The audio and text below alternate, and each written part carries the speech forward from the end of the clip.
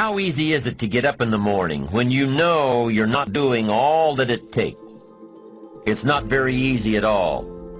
You can just lay there awake thinking, oh, what's a few more minutes in bed? It won't matter much anyway. Wrong. It does matter. It will matter.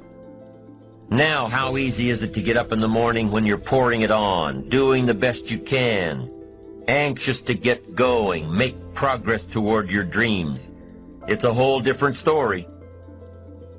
When you're resting to renew your reserves, it's much different than resting to avoid your day.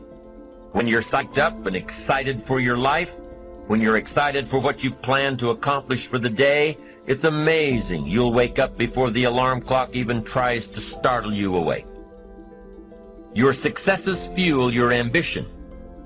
Your successes give you extra energy. Your successes pave the way for more successes. It's the snowball effect. With one success, you're excited to meet another, and another, and another. And pretty soon, the disciplines that were so difficult in the beginning, the disciplines that got you going, are now part of your philosophy. How do you know when you're successful? Do you have to be a millionaire? No. All we ask of you is that you earn all you possibly can. If you earn $10,000 a year and that's the best you can do, that's enough. God and everything else will see to it that you're okay. The key is to just do the best you can. If it's $10,000 a year, wonderful. If it's $100,000 a year, wonderful. If it's $1 million a year, wonderful. It doesn't matter $10,000 a year or $1 million a year. It doesn't matter as long as you've done the best you possibly can. Earn the most you possibly can. Be the most you possibly can. And here's why. The essence of life is growth. The essence of life is growth, to do the best you can.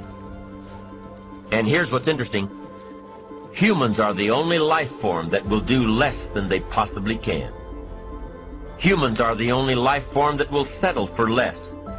Every other life form except human beings strive to its maximum capacity. How tall will a tree grow?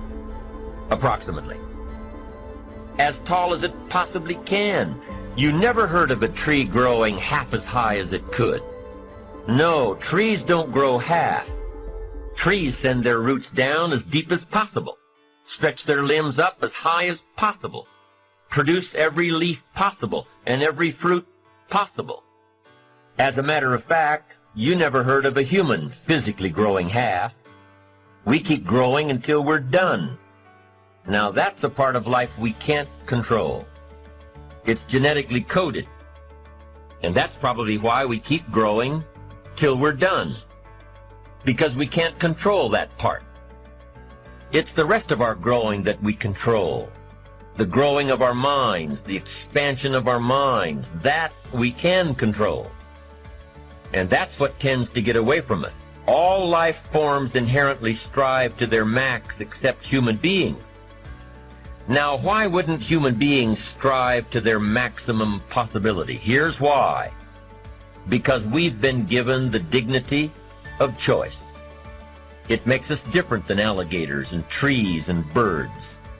The dignity of choice makes us different than all other life forms. And here's the choice: to become part of what we could be, enough to get by, or to become all that we can be. My best advice for you is to choose the all. Earn all you can, make all the friends you can, read as many books as you can, develop as many skills as you can, see as much as possible, do as much as possible, make as much fortune as possible, give as much of it away as possible. The max. There's no life like it. I'm telling you, once I got on track, I've never looked back. Pick up the challenge. Go for it. Take the best of the two easies. Take the root of it's easy to get ahead. It's easy to do all you can. It's easy to succeed. It's easy to have financial freedom. The more you do, the more you get. So the two primary benefits of positive reinforcement are, number one, to build good habits, and number two, to create more energy to fuel your ambitions, your desires, your achievements. How can you isolate what's working for you and what isn't? How can you make sure that you are reinforcing your positive disciplines? Well, if it isn't apparent, easy to see right away, if what you're doing is happening in such small increments that you're not sure if you're on track, then you need to be writing it down. You need to keep a journal anyway. But if you really aren't sure that what you're doing is making measurable progress, you need to keep a written record.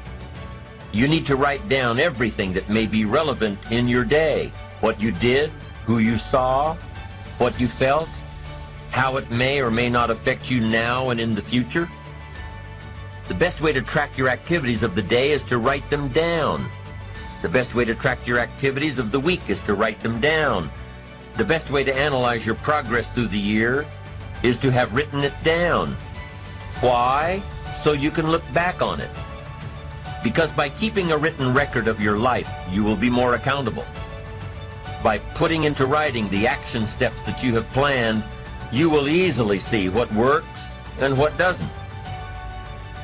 Most people just try to get through the day, never writing anything down, never keeping track of their progress along the way, never really knowing if they are doing all they can to reach their goals, to drive their ambition. But gifted people learn to get from the day. They don't let a day end without picking up some valuable experience, some emotional content, some idea that may positively affect their future. To get the most from a day, to learn the most from a day, you need to be able to reflect on the day. And how can you reflect on a day unless you record it in history?